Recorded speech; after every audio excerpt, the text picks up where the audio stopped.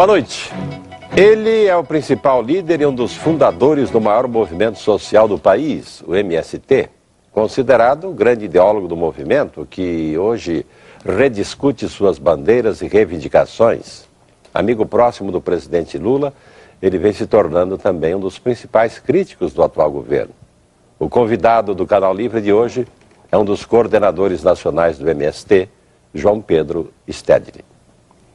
Em pauta, a estrutura agrária do país, os conflitos pela terra, a situação no campo hoje, as ações do MST, suas contradições. Bom, para entrevistar o João Pedro Stedley, estão comigo aqui na mesa os jornalistas Fernando Mitre, Antônio Teles e Marcelo Parada. Antes, porém, um pequeno quadro do MST e de suas contestadas ou discutíveis formas de atuação. Cerca de 150 ações por todo o país. Mais de 40 agências bancárias e prédios públicos invadidos. Esse é o balanço do chamado Abril Vermelho do MST em 2008, quando o movimento lembra a morte de 19 trabalhadores rurais em Eldorado dos Carajás, no Pará, há 12 anos. Garimpeiros ligados ao movimento invadiram e bloquearam a estrada de ferro Carajás da mineradora Vale em Paraupebas, no Pará. A ferrovia permaneceu fechada durante 8 horas.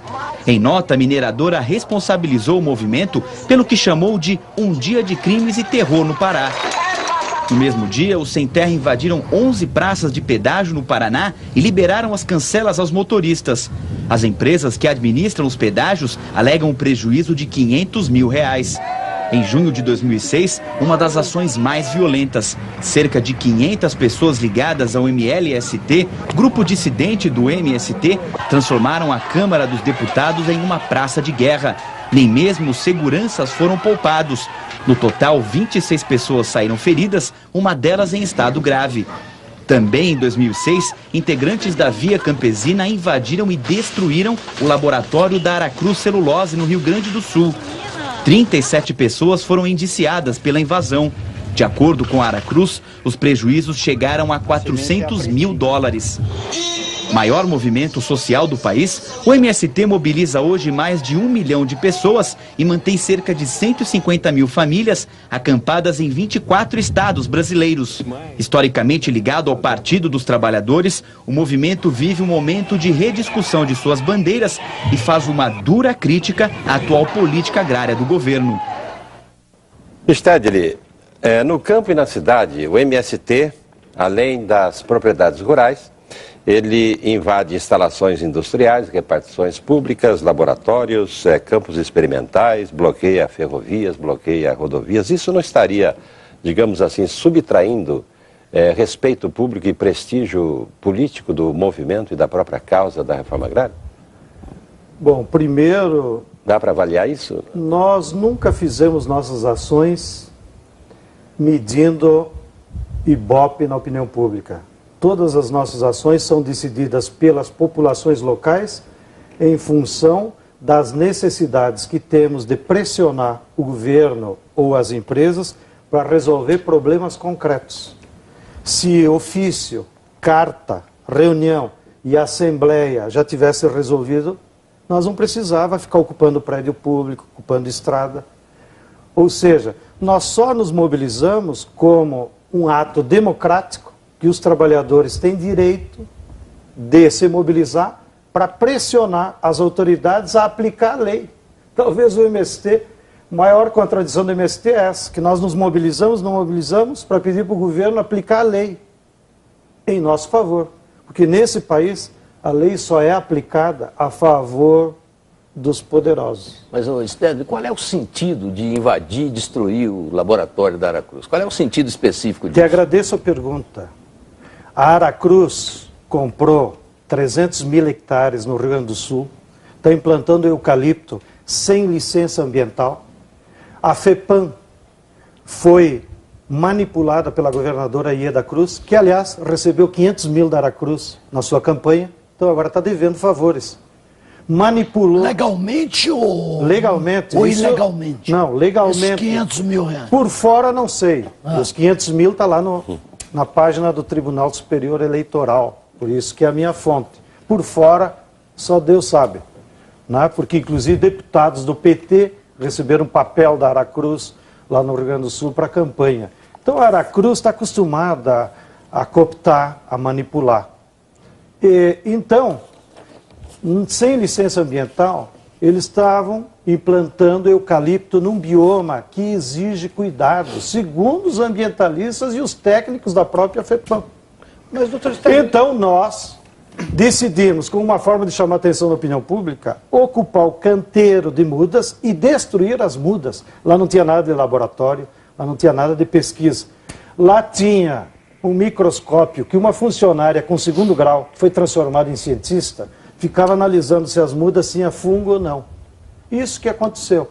E graças a essa ação das mulheres, embora nos custou processos judiciais, inclusive eu estou respondendo, é que a opinião pública do Rio Grande, e vocês estão me fazendo essa pergunta, para denunciar o que significa o monocultivo do eucalipto lá no Rio Grande do Sul, que vai causar um desastre ambiental tremendo, porque todo mundo sabe que as fábricas de celulose que estavam lá na região nórdica, Suécia, Finlândia, Noruega, Espanha, estão se transferindo tudo para o sul, Rio Grande do Sul, sul da Bahia, até o Uruguai, em busca do aquífero Guarani, que no subsolo há a maior reserva de água doce do mundo. E o eucalipto precisa de sol e água, que é o máximo de lucro que pode dar. Então estão transferindo suas fábricas poluidoras, que a Europa não quer mais, para deixar o passivo da poluição para nós. E vão exportar 97% do que produz. Mas olha, teve esse caso da Aracruz, mas já teve no passado o caso da Monsanto também.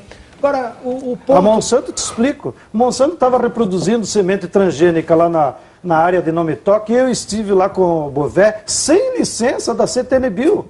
Nós fomos lá, ocupamos, destruímos a soja e dissemos para a CTN-Bio. Vocês sabiam que eles estão produzindo soja transgênica? Isso é legal ou legítimo? Mas olha só, Stedley, meu ponto é o seguinte, não existe uma certa arrogância sua, uma vez que você, ou o senhor, ao adotar essa postura, desconhece o Ministério Público, a polícia. Quer dizer, se eu verifico uma coisa errada, eu vou lá e invado a casa, tomo a providência que eu acho correta? Essa é a postura do MST? Te agradeço a pergunta. No caso de Nomitoc, da Monsanto, nós tínhamos avisado o Ministério Público. Havia um processo. No caso da Singenta do Paraná, não só nós avisamos o Ministério Público, como tinha uma multa do IBAMA de 500 mil, que até hoje a Singenta não pagou, porque ela estava reproduzindo milho transgênico a 800 metros da Floresta Nacional de Iguaçu, que era proibido por lei.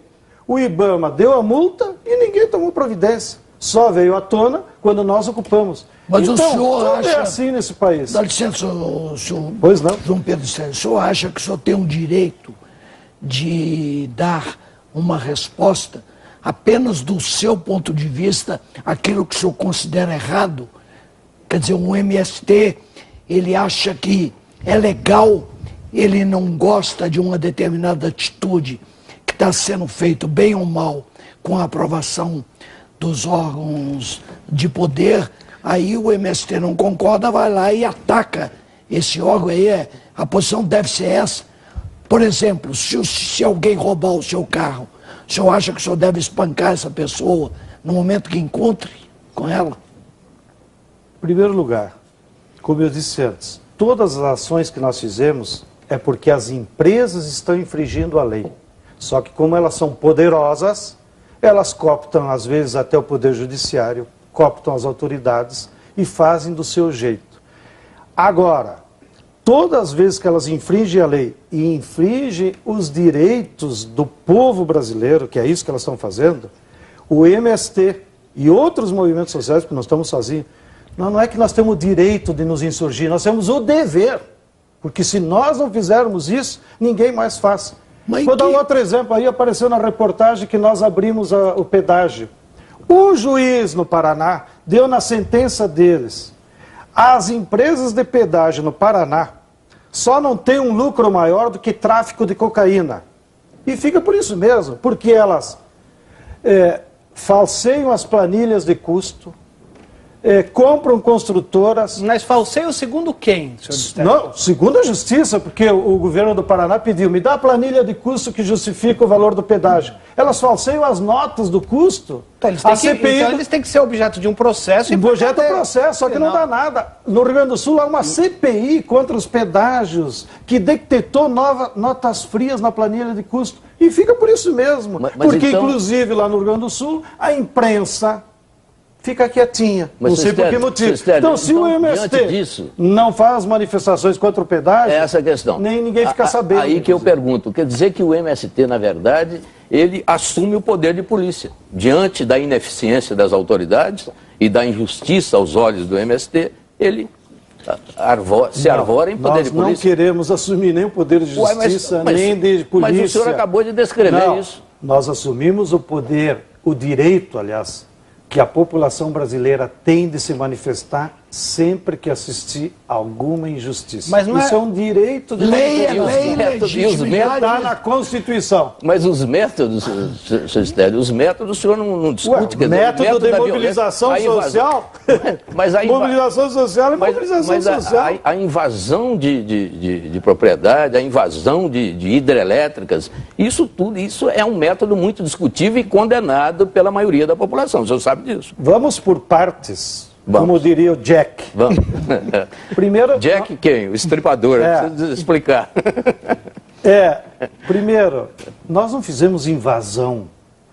Invasão é uma expressão do Código Penal quando você quer praticar esbulho possessório contra a propriedade de alguém. Nós fizemos ocupação. Por que é essa diferença? Porque a ocupação é quando você vai com o povo, toma um lugar para denunciar, para negociar, para chamar a atenção da opinião pública. Isso é legítimo ou é legal? Isso não só é legítimo, como é necessário. E atenção. Se é legal, não é fundamental. Não. Vou te dizer agora por que além de ser necessário, é legítimo. Ilegal. Ilegal. Houve um processo... Legítimo, legal? Legítimo e legal, e vou dizer agora por quê. Houve um processo em uma das ocupações do movimento que correu todas as barras dos tribunais até chegar no Superior Tribunal de Justiça. E lá, numa plenária de desembargadores, o então desembargador ministro Sernichiaro lavrou uma sentença que virou jurisprudência que diz o seguinte: ocupações de terra ou de prédios públicos feitos por um movimento social para denunciar alguma injustiça ou a morosidade da reforma agrária não são um crime, como são um direito de manifestação desses trabalhadores. Pelo que o senhor disse, movimento social. Mas nós estamos falando em invasão de propriedade, por exemplo. Era o que se tratava, era um processo em que o movimento havia ocupado um latifúndio. Então, essa sentença gerou jurisprudência. É por isso, até para o telespectador saber, que nenhum juiz pode decretar prisão quando as massas ocupam algum lugar para protestar. Porque isso é direito de manifestação. Se não fosse essa sentença do Sernichiaro, os juízes lá a nível local poderiam pedir a prisão de todos nós. Então, é legal, por uma jurisprudência da maior corte do Brasil, que o povo brasileiro tem direito a se manifestar contra uma injustiça, ocupando prédio público ou uma fazenda, sempre quando essa ocupação for para denunciar e exigir a aplicação da lei. Isso faz parte do texto legal ou é o parecer de um determinado juiz ou desembargador que o senhor está interpretando como a palavra final que define a legalidade de um ato? Não é bem a minha praia, mas nesse caso que eu me referi, é uma sentença em última instância da maior corte do Brasil, que é o Superior Tribunal de Justiça. Então, segundo os advogados, quando a corte dá uma sentença judicial, ela se transforma em jurisprudência para outros casos similares. É isso. Por isso que a sentença do então desembargador Sernichiaro, que hoje é aposentado, adquiriu tamanha relevância, porque ela é a base para as decisões dos outros juízes. Mas eu quero dar mais um exemplo para vocês entenderem como é.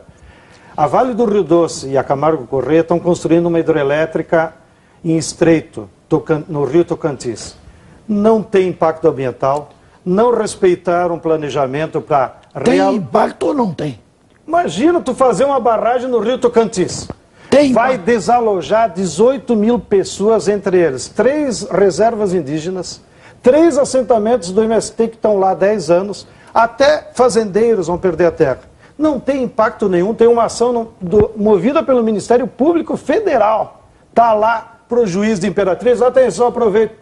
Atenção, senhor juiz federal de Imperatriz, está na hora de julgar, né? Está sentado em cima de um processo movido pelo Ministério Público Federal, exigindo um plano de impacto ambiental da hidroelétrica de Estreito. Bem, essas populações que vão ser desalojadas, ninguém foi lá falar com eles, não sabe para onde vão, estão lá há anos, no caso dos índios, há milhares de anos, no caso dos nossos assentamentos, há 10 anos. Evidentemente que essas populações não precisam esperar por ninguém. Elas ocuparam o canteiro de obras para dizer, pelo amor de Deus, alguém vem aqui defender o nosso direito. Mas eu volto então àquela pergunta que eu lhe fiz. Se alguém fizer um dano numa propriedade sua, por exemplo, o seu carro, o senhor se acha no direito? Não, porque a polícia não age de ir lá prender o indivíduo e espancá-lo. Me desculpe, Thales, mas você está confundindo as bolas. Uma coisa é o direito individual, que não dá a ninguém o direito de agressão. Eu estou falando aqui de um movimento social que mobiliza milhares de pessoas por um tema público. Claro que se alguém tem o carro afetado por outra pessoa, deve chamar a polícia. Mas a polícia não age. Bom, esse é problema deles dois. Mas, eu queria que o senhor... Eu queria... Mas na sua exposição nós temos aí, Mitre, um elo perdido. Qual é a função do governo Lula, que é um governo, digamos assim, de bandeira social, neste processo todo? Tu quer que eu fale mal do governo? Escolha... Não, mas está devendo ainda uma conclusão da sua posição sobre o sistema legal do país. Depois nós voltamos a isso. O governo Lula é um governo de composição. Não é um governo de esquerda, nem um governo popular. Vocês, melhor do que eu, sabem que ele é fruto de uma correlação de forças na sociedade brasileira, em que gerou um governo que dentro dele tem os neoliberais, os capitalistas, os banqueiros e tem trabalhadores. Então, é um governo que se move permanentemente com medidas contraditórias. Nós achamos que, no caso da agricultura e da reforma agrária, prevaleceu, dentro do governo Lula, uma posição prioritária de apoio ao agronegócio e às transacionais. Portanto, isso deixa o governo Lula em dívida com a reforma agrária e com os pobres do campo. Porque distribuir cesta básica no campo até pode eliminar a fome por alguns meses. E a Bolsa Família? É essa que eu me refiro. Ah, o senhor é contra a Bolsa Família? Não, peraí. Distribuir Bolsa Família é necessário como um programa emergencial e paliativo, mas ele não resolve o problema estrutural, que essas pessoas não têm trabalho nem renda. Então, completo a tua indagação. A solução para a pobreza não é medidas compensatórias como Bolsa Família ou outro tipo de coisa parecida, que eram as velhas recomendações do Banco Mundial. Você pode dar de maneira emergencial, mas o que resolve é você garantir 3 aspectos fundamentais para os pobres. É trabalho, renda e educação. O senhor acha que a Bolsa Família esvazia, de alguma maneira, o trabalho de recrutamento, por exemplo, do MST? Anestesia? Anestesia, mas não esvazia. Porque, em geral, as pessoas que se mobilizam no MST têm mais consciência política. Então, a anestesia é aqueles mais pobres que, de qualquer maneira, estão desorganizados. E o senhor está sentindo dificuldade em recrutar agora? A maior dificuldade que nós temos de fazer o nosso trabalho de base não vem da Bolsa Família, vem de que a reforma agrária está parada. Porque as pessoas se dão conta que a correlação de forças é contrária. Então, eles dizem... Como é que eu vou lutar pela reforma agrária se o governo não está distribuindo terra? Essa é o pragmatismo. Mas o senhor não chegou ainda à conclusão de que a reforma agrária, nos termos clássicos, ela é um conceito superado? Não, o que nós defendemos, inclusive, no nosso Congresso, é de que a reforma agrária, nos termos clássicos, ela era feita pela burguesia industrial. Em todos os países do mundo, quem fez a reforma agrária foi a burguesia industrial, não foram os camponeses. Aqui no Brasil... A burguesia... No Japão foram os militares depois da guerra. Claro, para desenvolver a indústria. Sim. Para desenvolver a indústria. Nos Estados Unidos foi Abraham Lincoln para desenvolver a indústria do norte. Né? Aqui a burguesia brasileira industrial é tão ignorante que não teve coragem de fazer a reforma agrária. Os militares fizeram um projeto, o Estatuto da Terra. O senhor conhece o Estatuto da Terra? O governo Castelo Branco. Conheço. O Castelo Branco foi uma pessoa sui generis, né? Por isso que o Estatuto da Terra nunca saiu do papel, porque, na verdade, o Estatuto da Terra, até em homenagem ao José Gomes da Silva, que era o maior especialista que nós tínhamos na reforma agrária, o Estatuto da Terra, ele foi preparado por uma equipe de técnicos que tinha ido, na época do Celso Furtado, estudar lá no ICA e preparar a lei. Eles vieram, aí o Castelo Branco tinha uma formação nos Estados Unidos, gostava muito do Kennedy, chamou o Roberto Campos e disse: Roberto Campos, vamos preparar uma lei da reforma agrária, porque eu descobri nos Estados Unidos que a reforma agrária não é coisa de comunista, nós também podemos fazer. Aí o Roberto Campos disse: mas presidentes, tem uma equipe do Ministério do Planejamento que já fez a lei, então me traga ele. E levaram. Então, a lei do Estatuto da Terra, todo mundo até hoje se pergunta, como é que uma lei progressista foi assinada por um marechal? É por causa disso. Que, na verdade, foram técnicos da época do João Goulart. Nós acompanhamos o Congresso na época, o Congresso de Viçosa, nós acompanhamos onde foi feito esse projeto e foi aperfeiçoado. Mas a pergunta é o seguinte, o senhor não acredita mais nesse sistema de distribuição de terra que está aí em discussão, isso já está superado. Eu queria saber o seguinte, o que é que o MST vai pôr no lugar, ou está pondo no lugar dessa pretensão, dessa utopia de distribuição de terra? Não é que esteja superada a distribuição de terra. Ela continua em vigor e necessária cada vez mais para tirar os pobres do campo e para evitar o êxodo rural. Agora, o que nós dizemos é que a burguesia industrial brasileira não quis fazer reforma agrária. Então, qual é o impasse que nós estamos agora do MST? É que para viabilizar de novo a reforma agrária, a mesma clássica, nós precisamos mudar o modelo econômico. Ou seja, derrotar a atual política neoliberal. Porque no neoliberalismo, o que predomina é o agronegócio. Grandes extensões de terra, combinado com as transnacionais. Nesse modelo aí, lugar de camponês é na favela. Não, o agronegócio, desculpe, Teles, o agronegócio não exclui o pequeno proprietário. O agronegócio não exclui o pequeno. O senhor quer, por favor, definir o que significa derrotar o neoliberalismo em termos objetivos?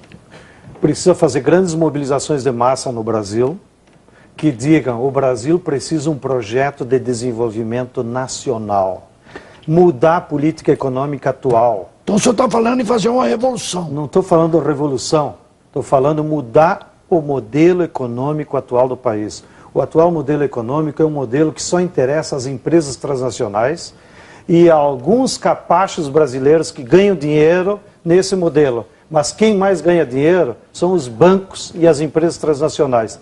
É possível, nos moldes do capitalismo, se é isso que você quer perguntar, nós termos um projeto de desenvolvimento nacional que priorize o mercado interno, que priorize a distribuição de renda, que priorize uma política de emprego pleno para os brasileiros, que estanque o envio de dinheiro para o exterior e faça com que a economia brasileira, em vez de funcionar para a exportação e para os bancos, como é agora, funcione para as necessidades do povo. Mas, isso que nós queremos. O senhor condena o agronegócio, o senhor parece condenar o agronegócio. Claro que condena. Sim, mas o agronegócio pode perfeitamente conviver com a pequena propriedade, com o pequeno proprietário. Nós temos exemplos de cooperativas capitalistas, altamente capitalistas, modernas, rentáveis, do frango, em que entram muitos, mas muitos pequenos proprietários. Agora, no Paraná, por exemplo, só para completar, depois do intervalo, só para completar,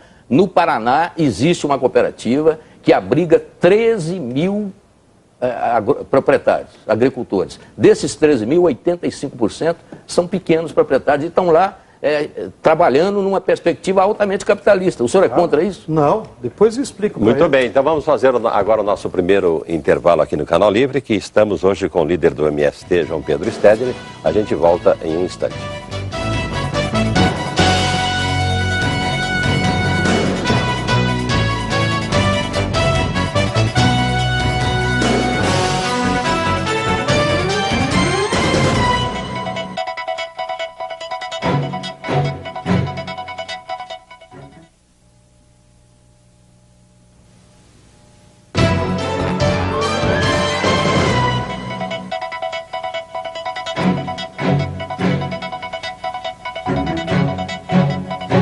Estamos de volta com o Canal Livre, que esta noite recebe João Pedro Stedley, um dos principais líderes do MST.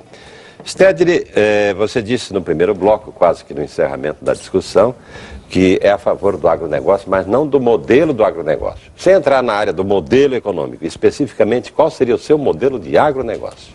Bem, a expressão agronegócio, ela é passível de tudo quanto é interpretação. E sem querer desmentir o companheiro Mitre. Mas ele usou um conceito que, na verdade, se refere à agroindústria. Nós somos completamente a favor da agroindústria. Só somos contra a agroindústria da multinacional, que faz com que o frango consumido em Belém vá em carretas desde Concórdia até lá. Por que não ter agroindústria nos assentamentos do Pará? Será que os paraenses não sabem criar frango? Né? Isso que faz a Nestlé levar leite da Minas Gerais para Porto Velho. Será que os companheiros que vivem na Rondônia não sabem criar gado de leite? Claro que sabem. É que a agroindústria está concentrada. E isso nós somos contra. Agora, o conceito sociológico de agronegócio não tem nada a ver com a agroindústria. Agronegócio, se tu vai lá no Aurélio, claro, é toda operação comercial com algum produto agrícola. Como de vez em quando o Chico Graziano fala. Mas não é disso que se trata. Sou João Pedro Stedley. O agronegócio é um modelo sociológico que define a exploração agrícola baseada em grandes extensões de terra, monocultoras, dedicada à exportação e com uso intensivo de agrotóxicos e mecanização. Essa é incompatível com o desenvolvimento nacional. Esse é o conceito que o senhor usa. Então, claro, nós usamos. Voltemos Então o à senhor é a favor agroindústria. do transgênico? Aí o senhor... Não, sou Ué, contra. o transgênico e o agrotóxico são... É por isso que sou contra. Não, ao contrário. Não. O transgênico prescinde do agrotóxico. Não, mentira? Ué. Mas como você difunde uma mentira dessas Não, pela televisão? Todas as sementes transgênicas que há no Brasil são justamente um desenvolvimento em laboratório que casa o uso daquela semente com algum agrotóxico. Tanto é o nome da soja Roundup. É por quê? Porque ela só produz se você aplicar junto o herbicida Roundup. Casualmente, da mesma empresa Monsanto. O milho transgênico é a mesma coisa. Só é milho transgênico porque tu necessita aplicar um fungicida que é da Bayer. Não há nenhuma semente transgênica que é simplesmente uma melhoria genética. Todas elas fazem a mutação genética. Eu ouvi de cientistas isso. O outro depende de pago por quem. Se é cientista, pago pela Bayer, se é pago pela Monsanto. Mas todas as sementes transgênicas só produzem combinada com algum uso de agrotóxicos. Que países que plantam transgênicos? Hoje, os 3 principais países é onde as multinacionais mais controlam. Estados Unidos, Canadá, Argentina e o Brasil. A Europa, praticamente... Austrália também, mas é pequena na agricultura. Mas quanto a... Praticamente a agricultura da Europa... Quanto ao pequeno agricultor... Pois é, ele tem que responder. Não, mas ele não respondeu ainda sobre a questão do pequeno agricultor e o capitalismo. Não. Você não tem nenhum tipo de restrição à relação entre o pequeno agricultor e uma cooperativa capitalista ampla, aberta e tal. Eu te respondi, mas você não prestou atenção. Eu disse que a agroindústria... Ficou em dúvida. Ficou em dúvida. Então vamos deixar claro, então. Claro. A agroindústria é um método de beneficiamento dos produtos agrícolas necessário. E, obviamente, nós somos a favor. E é essa forma do pequeno agricultor aumentar a renda. Pequeno agricultor que só entrega matéria-prima está lascado, para não dizer outro nome feio aqui na televisão. Por isso, a única maneira do pequeno agricultor e o assentado sair da pobreza é se ele beneficiar o seu produto. Portanto, se o produto passar pela agroindústria. Para o pequeno agricultor ter uma agroindústria, não pode ser individual, né? Porque ele não tem capital, tem que ser numa cooperativa. Por isso, nós somos francamente favoráveis. Nós defendemos uma reforma agrária que combine ao mesmo tempo agroindústria, cooperativada, com pequenos agricultores e assentados. Inclusive, para provocar vocês, na produção de agrocombustíveis. Só tem essa maneira de você produzir sem afetar o meio ambiente. Muito bem, então nós vamos agora ver o que pensa a respeito sobre o assunto o secretário estadual do Meio Ambiente de São Paulo, ex-presidente do INCRA, Francisco Graziano, que o senhor acaba de citar aqui no debate. O Brasil hoje tem uma agricultura muito diferente dos anos 50, 60, quando todos nós lutávamos pela reforma agrária. Eu posso dizer que eu sou meio fundador do MST, o Stedley sabe disso. Mas progressivamente a modernização da agropecuária brasileira foi colocando novos dilemas. E cada vez mais o trabalhador rural precisava ser amparado. Assim, tanto quanto os pequenos agricultores.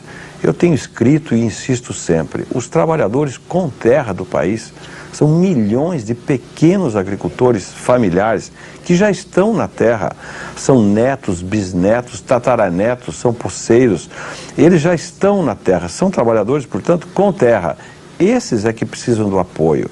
Nós podemos contar perto de 4,5 milhões de pequenos produtores rurais que são com terra e precisam de apoio da política oficial. Então, esta é a questão dramática do mundo de hoje. Não é criar mais agricultores, é conseguir cuidar dos agricultores que nós já temos. O MST foi um movimento muito importante na luta pela reforma agrária do Brasil, quando ele surgiu. Mas hoje o MST é um movimento completamente deformado com relação às suas propostas. Nem é mais um movimento. O MST hoje é uma organização muito rígida do ponto de vista estrutural, tem comando, tem controle, tem que financiar suas atividades e faz isso de uma forma muito bem feita, se alimentando de recursos públicos. Enfim, o MST hoje é quase como se fosse um partido político disfarçado. Quando o MST decidiu invadir fazendas e mais à frente, de uns 10 anos para cá, começou a invadir terras produtivas com pretextos variados, eu sinto que o MST desvirtuou completamente os seus objetivos da luta democrática pela terra. O MST hoje, ao fazer invasões de terra e faz de forma aleatória, ele usa como se fosse o poder de Estado, né? E diz que faz isso porque o governo não faz reforma agrária, o que é um embuste notório. Faz isso porque ele afronta o Estado de Direito, e esse é o grande mal do MST. É o fato de ser uma organização que não respeita a democracia, que procura fazer a justiça com as próprias mãos. O caminho disso nunca dá bom resultado. E aí, Stedley? O José Gomes da Silva, que foi padrinho dele e tio, dizia: o pior conservador é um ex-comunista, porque fica todo o tempo justificando para aparecer para os seus novos aliados que ele mudou. Eu acho que é o que se trata desse nobre companheiro Chico Graziano. Evidentemente que as teses que ele levanta aí, eu não posso concordar. Muito fácil dizer o MST mudou de figura. Eu posso dizer a mesma coisa. O PSDB, na origem, era um partido social-democrata. Depois foi o que aplicou o neoliberalismo no Brasil da maneira mais despiedada, entregando a Petrobras, a Vale do Rio Doce, todas as nossas empresas. Agora, estatais. a tese primeira que ele levantou aí, no depoimento, foi de que antes de resolver problema de sem terra, é preciso resolver problema de com terra. É uma tese fajuta também, porque então você vai por partes? Não. Você tem que resolver primeiro o problema dos mais pobres. Os mais pobres são os sem terra. Evidentemente que isso não exclui de você para e passo, e também tendo políticas públicas, que nisso que eu concordo com ele, não há no Brasil políticas públicas agrícolas de apoio ao pequeno agricultor. E quem começou a destruir? Eles, o PSDB. Foi durante o PSDB que acabaram com todas as políticas agrícolas públicas. Acabaram com a Embrater, acabaram com a Cibrazen, acabaram com a Conab, acabaram com todos o sistema de preços mínimos que tinha. E agora vem dizer que o pequeno agricultor não tem apoio. Eles são os responsáveis. Sim, mas ele disse que o MST trabalha afrontando a lei, atinge os seus objetivos através de políticas de desrespeito ao poder do Estado. Ele fez acusações graves aí que o senhor não está... Eu classifiquei essas opiniões dele como conservadoras, porque isso é a opinião dos conservadores. Os conservadores é o seguinte: cada vez que os pobres... Mas elas têm fundamento, não então? tem. Para os conservadores, cada vez que os pobres se mobilizam, é afronta a lei. Existe maior afronta à lei do que fez o chefe dele, o Fernando Henrique, de entregar a Vale do Rio Doce, que foi um roubo. E quem disse que foi um roubo? Não fui eu. Foi uma sentença do Tribunal Federal de Brasília, que determinou a nulidade do leilão da Vale. Isso que diz a lei. Então, cada um tem a sua opinião. Agora, é claro que se você perguntar para o Chico Graziano, o que você acha do leilão da Vale? Ele vai dizer, foi a coisa mais moderna que o Brasil fez. Eu digo, foi um roubo. Então, aí é só uma questão de opinião. Mas o Chico Graziano diz, por exemplo, que o movimento que o senhor lidera, o MST, age financiado com dinheiro público. Isso é uma idiotice. De onde vem o dinheiro do MST? Isso é uma idiotice, é uma falta de ideia. Né? Porque também... Os senhores não recebem dinheiro público? Eu vou explicar. Vamos lá. Como acontece. Primeiro, todas as ações de massa do MST são financiadas pelos seus próprios membros. Mas eles têm dinheiro? Ué, são assentados, as pessoas têm recursos. Quando... Os assentados pagam uma porcentagem? Não é que pagam, eu vou explicar como é que é. O segredo nosso, que nenhum conservador quer entender, é que todas as finanças do MST... Mas como nós não somos conservadores... Não, eu estou explicando para quem fica nos provocando com isso. É que todos os recursos do MST são descentralizados, não tem uma caixa, como todo mundo fica imaginando. Então, não tem um orçamento. Não tem orçamento. Então, vamos supor... Quando um grupo lá do Paraná resolve... Não tem um orçamento, uma transparência nisso aí? Não tem orçamento porque não tem caixa. Então, quando um grupo lá do Paraná resolve parar um pedágio, como é que esses companheiros se mobilizam e vão até o pedágio? Eles não pedem dinheiro para ninguém. Quando eles planejam essa ação, entre eles fazem uma vaquinha, nós temos que fretar o ônibus, tal, ou vão caminhando e vão lá. Ou seja, não existe... Mas nenhuma verba, Estélio, não tem nenhuma verba do governo para o MST? Não tem verba pública para o MST. Agora vou para o outro lado. E de ONGs laterais, não teria? Tem ajudas de entidades do exterior para projetos específicos. Por exemplo... ONGs alemãs, por exemplo. ONGs alemãs, por exemplo. Igrejas. Igrejas. A igreja alemã nos ajudou a construir a nossa escola nacional aqui em Guararema. Está lá. E isso nós prestamos conta para o Banco Central. O dinheiro vem pelo Banco Central, não há problema nenhum. Mas isso não é ajudar o MST como mobilização, é construção de uma escola. Tem uma outra ONG da Noruega que ajuda a pagar os nossos advogados. E o dinheiro vai direto para essa comunidade. E por que essa generosidade norueguense? Porque eles percebem que a luta do MST é justa e nós...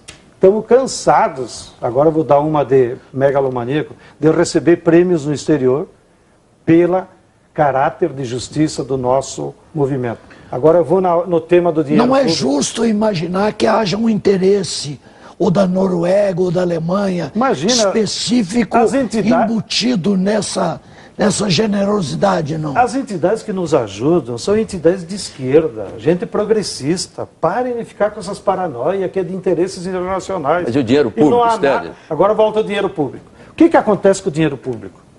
Durante o governo Fernando Henrique Cardoso, como eu denunciei antes, eles acabaram com o setor público agrícola, com uma lei do neoliberalismo. Estado não pode se meter nada. Bem, aí já no governo Fernando Henrique, para suprir aquelas necessidades de pequenos agricultores e dos assentados, tudo eles terceirizavam. Então não tem mais agrônomo, funcionário público, não tem mais Embrater. Então, para dar assistência técnica, tem que ter uma ONG que pega dinheiro do INCRA e do MDA e daí contrata os agrônomos. Bom, evidentemente que é lá no assentamento, eles têm que fundar uma entidade, uma ESCA da vida qualquer. Aí essa ESCA recebe dinheiro público, para quê? Para contratar agrônomo. Nós somos contra. Nós queremos que os agrônomos sejam da Emater e que o serviço público de assistência técnica. Mas não tem, então nós nos obrigamos a que essas entidades peguem dinheiro público. Bom, aí o que acontece? Aí aparece lá no CIAF um monte de entidades ligadas à reforma agrária, não só do MST, das federações, da CONTAG, da FETRAF, que recebem recursos públicos carimbados para assistência técnica, para comprar alimentos, para não sei o quê. Aí aparece como se o MST recebesse dinheiro público.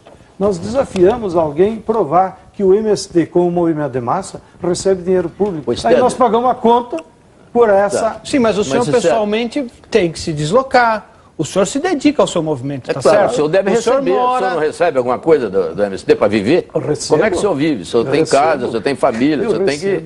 Agora, a tomar atividade um vinho do de vez em MST, quando. o assentamento para o MST é fita de chegada ou um tiro de partida? Porque parece que a infraestrutura inexistente nos assentamentos exigiria, num cálculo assim meio rasteiro do INCRA, 12 bilhões de reais para resolver os assentados. Com verdade, energia, há um com passivo de transporte. infraestrutura nos assentamentos muito grande. Agora, nós não gostamos de ficar quantificando dessa maneira.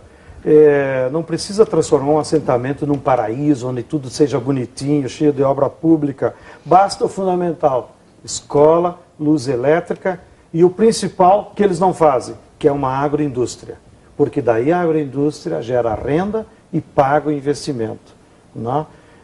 Então, o que nós estamos mais preocupados é discutir um outro modelo de assentamento, do que simplesmente ficar dizendo, não, o governo tem que botar asfalto, tem que... Isso aí é... Qual outro modelo? Qual outro modelo? Um modelo inovador? É esse modelo que eu estou te dizendo. Esse aí. De que já tá sendo você tem implantado. que distribuir terra, mas ao mesmo tempo combinar com a agroindústria e combinar com a educação. Essa é a fórmula que pode tirar o assentado da pobreza. Só entregar, botar ele em cima da terra, não resolve problema nenhum. Muito bem, o Canal Livre faz mais uma parada. A gente volta daqui a pouco com um dos coordenadores nacionais do MST, que é, na verdade, o guru do movimento, João Pedro Stedley. Agora me inventaram mais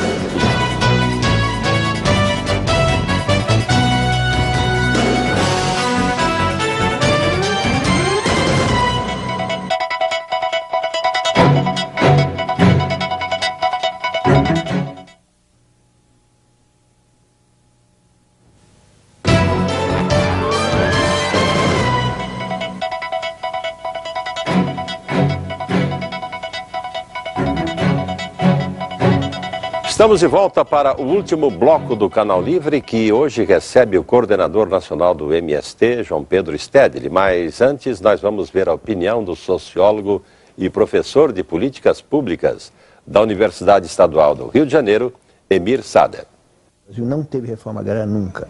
Então não tem autossuficiência alimentar, não tem grande produção agrícola, tem aglomerado enorme de gente nas cidades que vem porque não tem forma de sobrevivência no campo. Então é uma questão que abrange o modelo de sociedade que a gente tem, que o Brasil nunca resolveu. E eles tem 1 milhão de pessoas assentadas no campo, funcionando, trabalhando, etc. É muito, mas é pouco para as dimensões do que o Brasil precisa.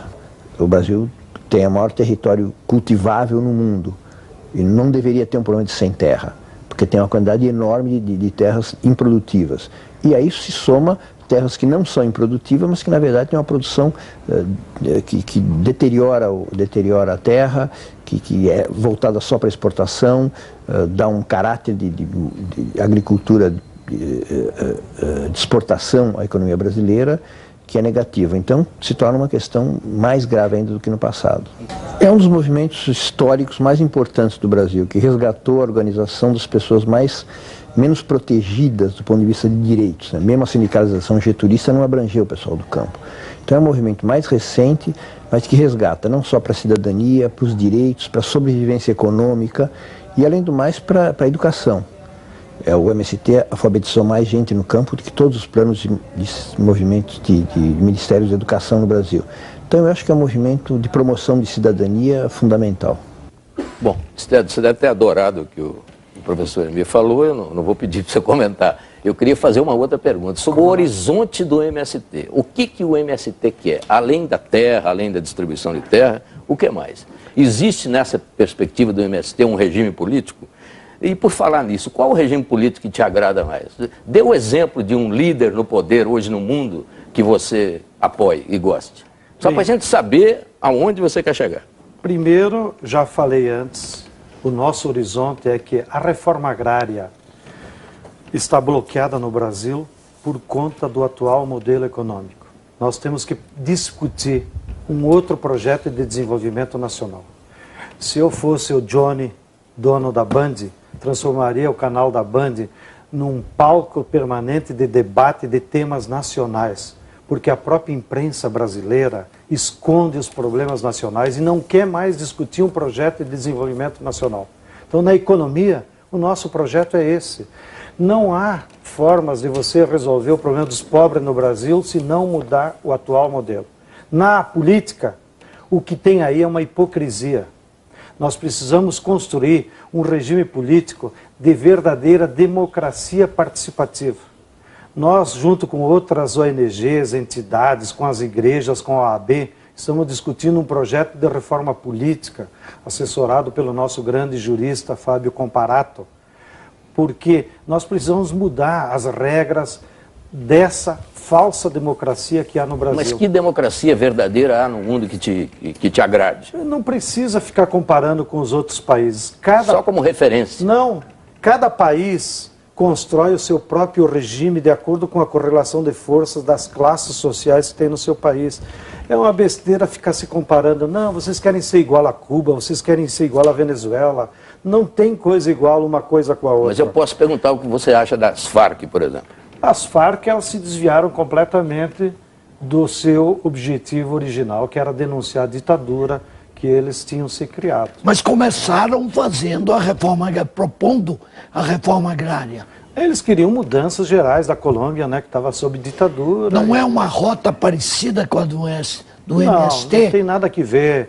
Muita gente conservadora lá no início do MST. Eu me lembro quando eu estava na Encruzilhada Natalina em 81, o então governador, que era imposto pelos militares, o Amaral de Souza, dizia: isso aí é um germe da guerrilha no campo, isso é financiado. Na época, o ditador defenestrado era o Jaruzelski, da Polônia. Ele dizia: isso aí é financiado pelo Partido Comunista Polonês. Se o MST tivesse alguma pretensão de se desviar de rumo, já teria feito isso. Nós já temos 25 anos. O MST é um movimento que luta pela reforma agrária. Nós organizamos os pobres do campo para que eles tenham consciência do seu direito e lutem para ter terra. Agora, só terra não resolve. Precisa combinar com educação e com a agroindústria. O senhor me permite, o senhor é uma pessoa muito presente nos noticiários por conta das invasões e tal, mas o senhor é uma pessoa pouco conhecida. O senhor é casado, tem filhos? Como que o senhor se formou politicamente e como o senhor formou a sua consciência política? O senhor estudou no Brasil, estudou fora?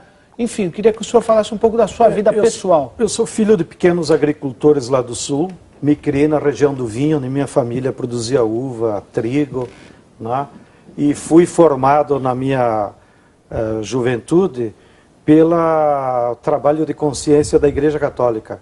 Por isso que assim que me formei em economia, já no meio da economia... Você se formou no Rio Grande do Sul? Me formei na PUC do Rio Grande do Sul. E já a minha militância sindical começou nos sindicatos de trabalhadores rurais, na região da uva. E eu, como estudava economia, então voltava para casa, na minha região, e ajudava os agricultores a calcular o custo de produção da uva, para eles brigar por um preço mais justo com as cantinas, que na época estavam chegando as transnacionais e aumentou a exploração. Depois, através da CPT, né, Comissão Pastoral da Terra. Da Comissão Pastoral da Terra. O senhor é um católico praticante hoje? Não sou tão praticante porque a Igreja Católica também está muito conservadora, né? Mas eu me considero de religião cristã, né? O senhor chegou a ser um aspirante a clerical? O senhor quis ser padre, um frade? Eu dou graças a Deus porque no ginásio, lá no interior, não tinha ginásio naquela época no interior.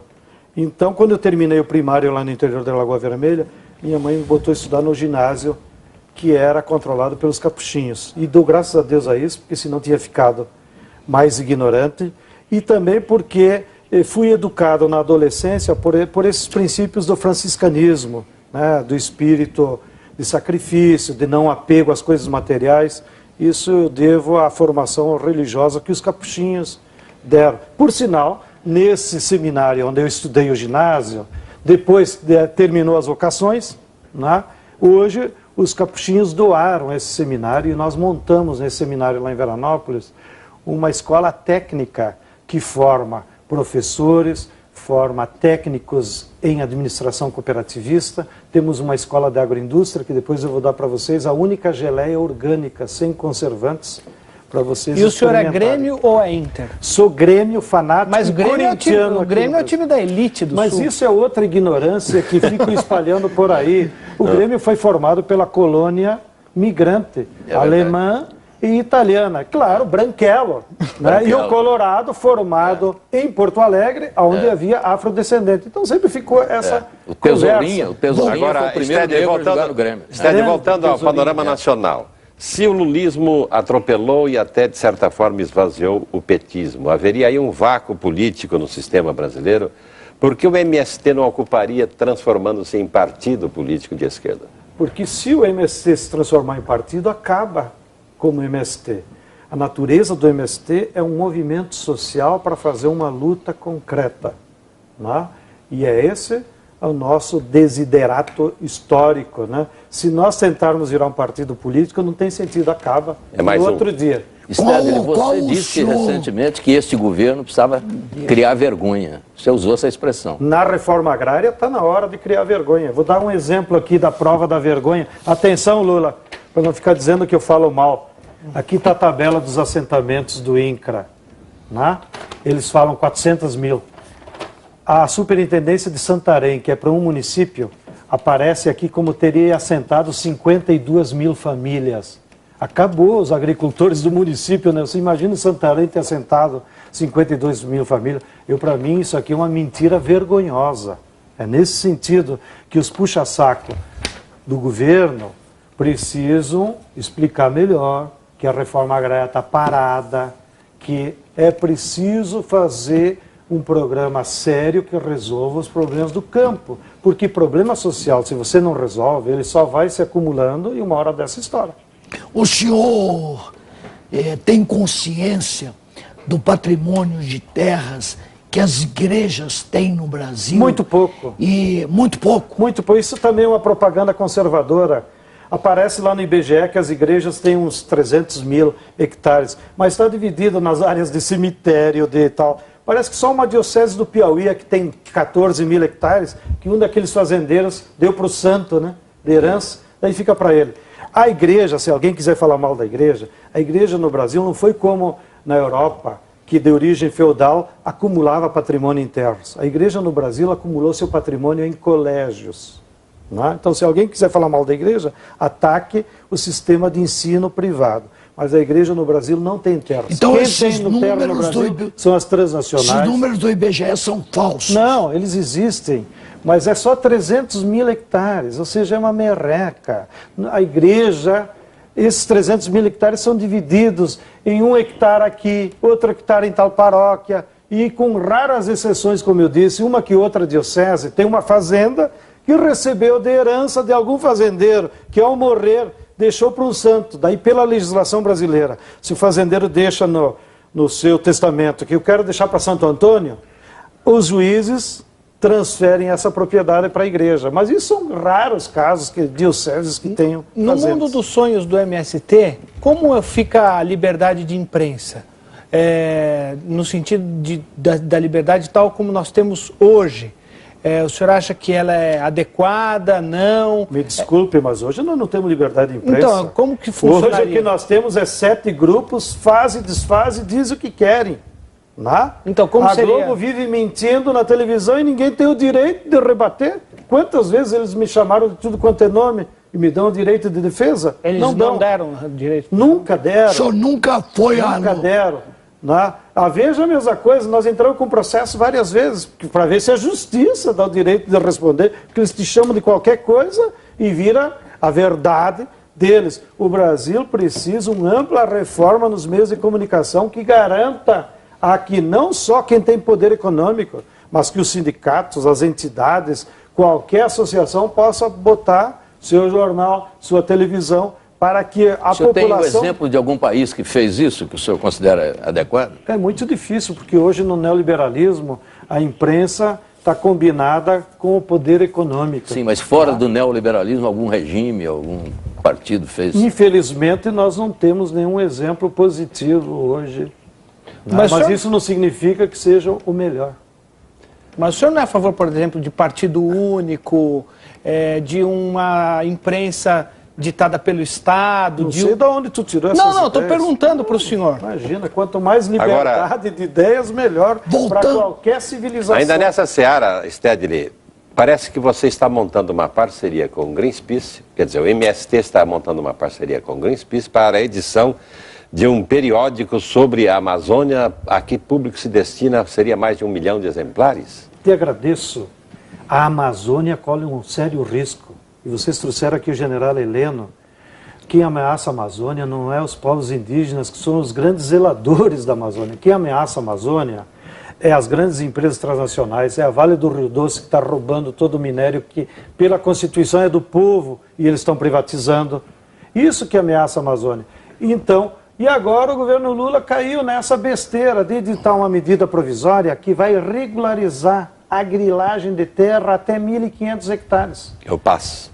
Né? Então, nós nos unimos com o Greenpeace para fazer uma campanha nacional em defesa da Amazônia. E vamos editar 1 milhão de exemplares, mais que puder, para informar a opinião pública das cidades do perigo que a Amazônia está sofrendo com o avanço do capitalismo internacional que está tentando tomar as nossas riquezas. As áreas indígenas devem estar livres de acesso do Estado brasileiro?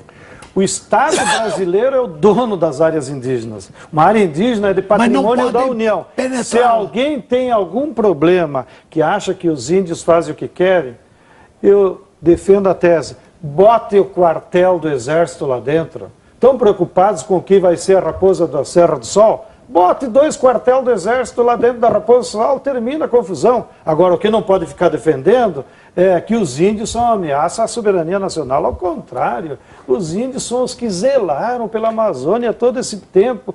Nós devíamos estar pagando, graças a Deus, por eles existirem. O número de ONGs que anda por ali é um número absurdo. Sou contra. O que o senhor acha disso? Sou contra. Mas quem que leva essas ONGs lá para dentro? O neoliberalismo. Por que a FUNAI não assume o seu papel de prestar assistência médica, de prestar assistência aos povos indígenas? Na ausência do Estado, o neoliberalismo leva as ONGs. Aí vem com essa lero-lero de que as ONGs são uma ameaça. Bom, quem que botou lá dentro? Quem botou lá dentro é esse sistema. Né? Então, o que precisa é mais presença. Quer dizer, o certo seria barrar o ingresso de qualquer tipo de ONG lá dentro? Claro. Inclusive as missões religiosas? Não, aí quem decide é os povos indígenas. Se eles acharem que eles precisam de uma assistência religiosa, eles é que devem decidir. Agora eu digo, a presença de ONGs que vai lá para assistência médica, para não sei o quê, isso aí é lamentável, porque isso aí quem deveria fazer é a FUNAI. Mas a FUNAI é uma tapera velha que não tem dinheiro para pagar os seus funcionários. Mas, senhor Stedley, o senhor imagina que a Amazônia hoje corre o risco de, num determinado momento, ter uma invasão efetiva sobre o seu território de uma potência estrangeira, como ficou expresso há 2 semanas atrás num editorial do New York Times? Eu acho que o maior problema da Amazônia não é uma invasão militar estrangeira. O maior problema da Amazônia já está acontecendo, que é a invasão do capital estrangeiro. E esse vem sorrateiro, sem ninguém se dar conta. Lá estão as madeireiras estrangeiras explorando a nossa madeira. Por que não proíbe a exportação de madeira? Nós precisamos de exportar madeira, francamente. Proíbe, mas ninguém fala nisso. Por que não proíbe da siderúrgica chinesa botar em São Luís? Nós precisamos ter siderúrgica chinesa na Amazônia? Isso é capital estrangeiro, mas isso ninguém fala nada. Por que precisa botar hidroelétrica no Rio Madeira, em Giraal? Para quê? Para transformar a bauxita que vai para o Canadá? Que vai beneficiar quem? Vai beneficiar a Alcoa, a Alcan, mas o povo da Amazônia não vai ser beneficiado. Agora, nisso ninguém fala, porque uma hidrelétrica é uma forma de nós exportar a nossa energia, a nossa água. Isso todo mundo fica quieto. Agora está entrando a cana para a Amazônia. De quem é a cana que está entrando? Para atender o etanol para exportação. Nós vamos colocar em risco a biodiversidade da Amazônia para resolver o problema dos automóveis dos Estados Unidos? Isso é ameaça para a Amazônia. E isso todo mundo fica quieto. Então é muito melhor ficar na paranoia. Ah, haverá uma invasão externa. Que invasão externa? O capital internacional já está tomando conta da... General Heleno, pelo amor de Deus, nos ajudem a expulsar as multinacionais. E nós ajudamos o senhor a preservar a Amazônia. Stedley, você tem agora mais 1 minuto para concluir sua participação no programa. Eu agradeço a generosidade de vocês e as perguntas picantes que me ajudaram a explicar para os telespectadores como é que funciona na prática o MST. Não falamos do vinho do MST. E os graves problemas que nós temos na agricultura brasileira, que vem sendo cada vez mais desnacionalizada, sob o controle de algumas empresas transnacionais que vêm aqui nos explorar, nos recursos naturais, levam para fora a riqueza e nós ficamos com o passivo ambiental, ficamos com o desemprego, ficamos com a pobreza e eles levam a riqueza. Mas eu estou convencido de que em breve o povo brasileiro vai se dar conta desses embustes, nós vamos ter um novo período de reascenso do movimento de massas para nós construir um outro projeto de desenvolvimento nacional. O Canal Livre termina por aqui. Nós agradecemos a participação do coordenador nacional do MST, João Pedro Stedley, no programa. A todos também o nosso muito obrigado pela audiência, uma ótima semana, a gente se vê no próximo domingo. Até lá e boa noite.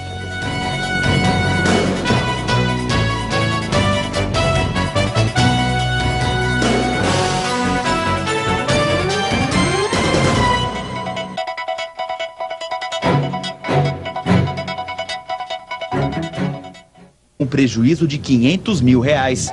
Em junho de 2006, uma das ações mais violentas. Cerca de 500 pessoas ligadas ao MLST, grupo dissidente do MST, transformaram a Câmara dos Deputados em uma praça de guerra.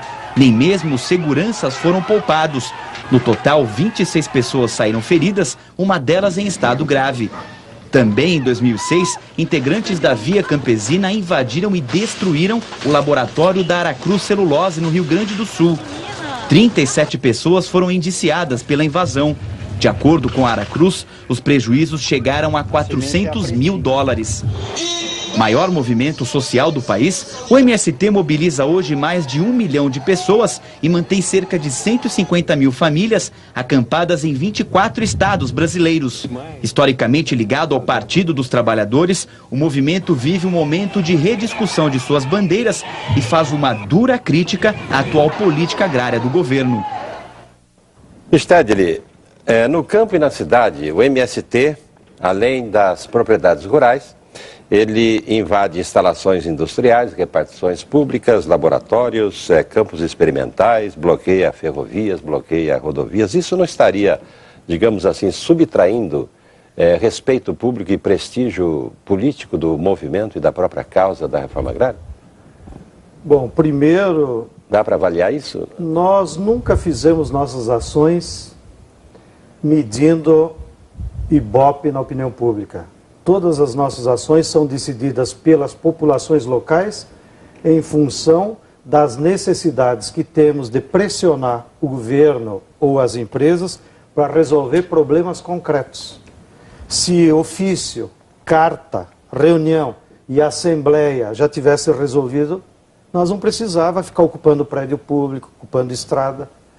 Ou seja, nós só nos mobilizamos como um ato democrático que os trabalhadores têm direito de se mobilizar para pressionar as autoridades a aplicar a lei. Talvez o MST, a maior contradição do MST é essa, que nós nos mobilizamos para pedir para o governo aplicar a lei em nosso favor. Porque nesse país a lei só é aplicada a favor dos poderosos. Mas, Stedley, qual é o sentido de invadir e destruir o laboratório da Aracruz? Qual é o sentido específico disso? Te agradeço a pergunta. A Aracruz comprou 300 mil hectares no Rio Grande do Sul, está implantando eucalipto sem licença ambiental. A FEPAM foi manipulada pela governadora Ieda Cruz, que, aliás, recebeu 500 mil da Aracruz na sua campanha, então agora está devendo favores. Manipulou... Legalmente ou... Esse caso da Aracruz, mas já teve no passado o caso da Monsanto também.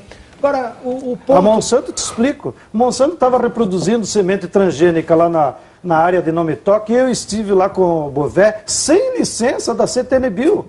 Nós fomos lá, ocupamos, destruímos a soja e dissemos para a CTN-Bio. Vocês sabiam que eles estão produzindo soja transgênica? Isso é legal ou legítimo? Mas olha só, Stedley, meu ponto é o seguinte. Não existe uma certa arrogância sua, uma vez que você, ou o senhor, ao adotar essa postura, desconhece o Ministério Público, a polícia. Quer dizer, se eu verifico uma coisa errada, eu vou lá e invado a casa, tomo a providência que eu acho correta? Essa é a postura do MST? Te agradeço a pergunta. No caso de Nomitoque, da Monsanto, nós tínhamos avisado o Ministério Público. Havia um processo. No caso da Singenta do Paraná, não só nós avisamos o Ministério Público, como tinha uma multa do IBAMA de 500 mil, que até hoje a Singenta não pagou, porque ela estava reproduzindo milho transgênico a 800 metros da Floresta Nacional de Iguaçu, que era proibido por lei.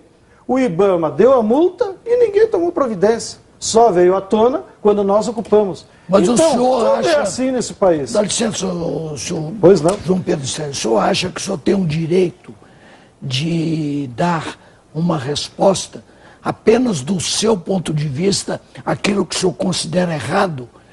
Quer dizer, o MST, ele acha que é legal, ele não gosta de uma determinada atitude que está sendo feito, bem ou mal, com a aprovação dos órgãos de poder, aí o MST não concorda, vai lá e ataca esse órgão aí. A posição deve ser essa. Por exemplo, se alguém roubar o seu carro, o senhor acha que o senhor deve espancar essa pessoa no momento que encontre com ela?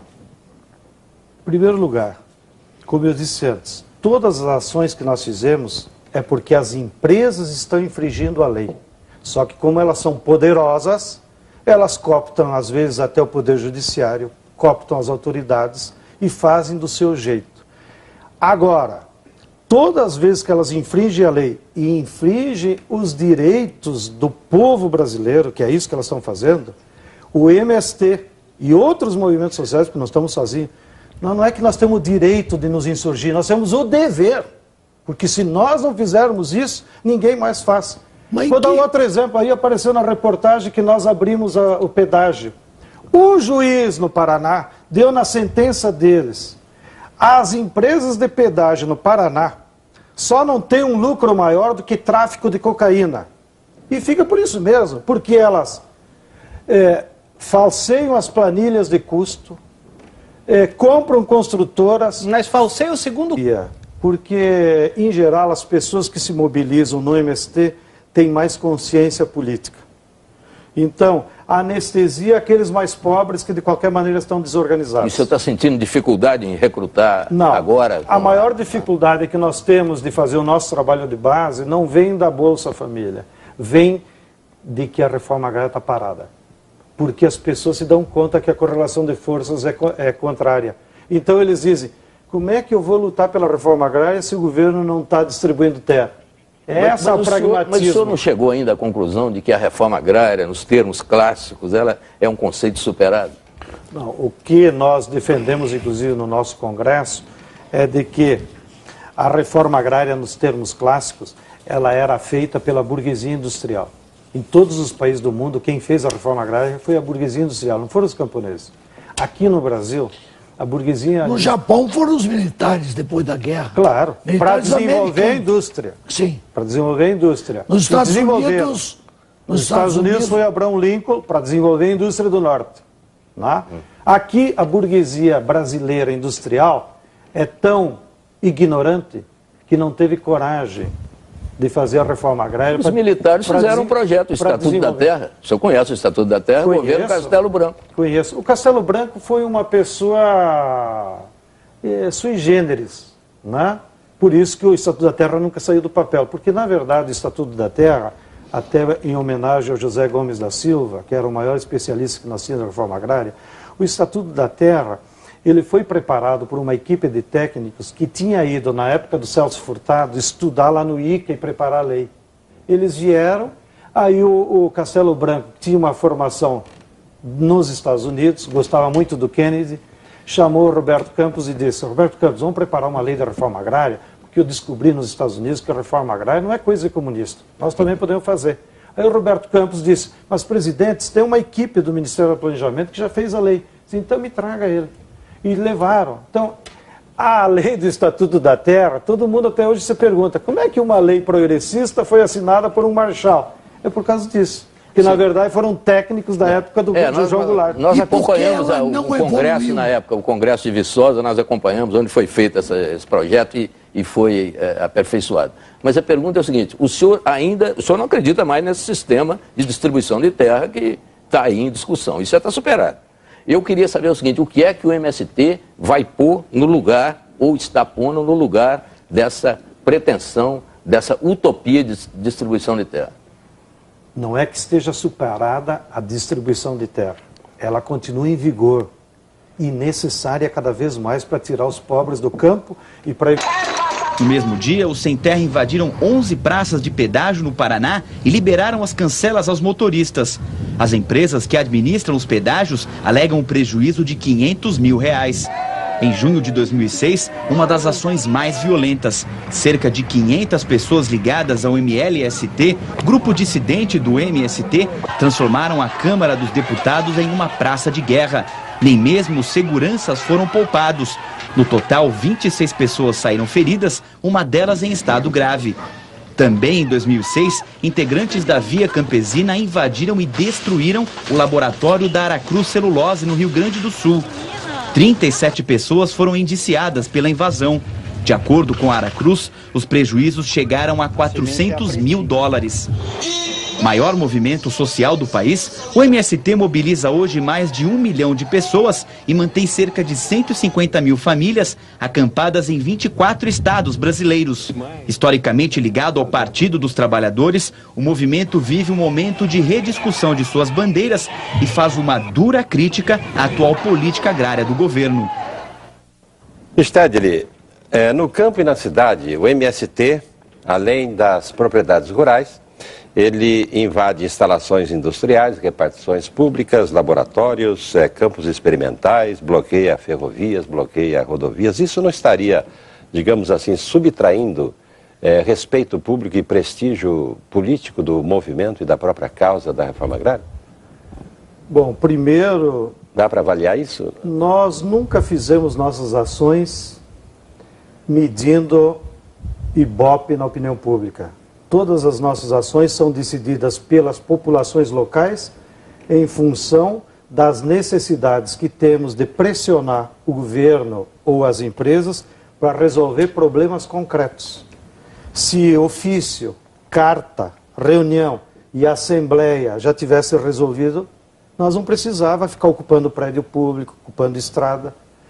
Ou seja, nós só nos mobilizamos como um ato democrático que os trabalhadores têm direito de se mobilizar para pressionar as autoridades a aplicar a lei. Talvez o MST, a maior contradição do MST é essa, que nós nos mobilizamos para pedir para o governo aplicar a lei em nosso favor. Porque nesse país a lei só é aplicada a favor dos poderosos. Mas, Stedley, qual é o sentido de invadir e destruir o laboratório da Aracruz? Qual é o sentido específico disso? Te agradeço a pergunta. A Aracruz comprou 300 mil hectares no Rio Grande do Sul, está implantando eucalipto sem licença ambiental. A FEPAM foi mais e disse: Roberto Campos, vamos preparar uma lei da reforma agrária, porque eu descobri nos Estados Unidos que a reforma agrária não é coisa comunista, nós também podemos fazer. Aí o Roberto Campos disse: mas presidentes, tem uma equipe do Ministério do Planejamento que já fez a lei. Disse, então me traga ele. E levaram. Então, a lei do Estatuto da Terra, todo mundo até hoje se pergunta, como é que uma lei progressista foi assinada por um marechal? É por causa disso. Que, na verdade, foram técnicos da época do João Goulart. Nós acompanhamos o Congresso na época, o Congresso de Viçosa, nós acompanhamos onde foi feito esse projeto e foi aperfeiçoado. Mas a pergunta é o seguinte, o senhor não acredita mais nesse sistema de distribuição de terra que está aí em discussão, isso já está superado. Eu queria saber o seguinte, o que é que o MST vai pôr no lugar, ou está pondo no lugar dessa pretensão, dessa utopia de distribuição de terra? Não é que esteja superada a distribuição de terra. Ela continua em vigor e necessária cada vez mais para tirar os pobres do campo e para evitar o êxodo rural. Agora, o que nós dizemos é que a burguesia industrial brasileira não quis fazer reforma agrária. Então, qual é o impasse que nós estamos agora do MST? É que para viabilizar de novo a reforma agrária, a mesma clássica, nós precisamos mudar o modelo econômico.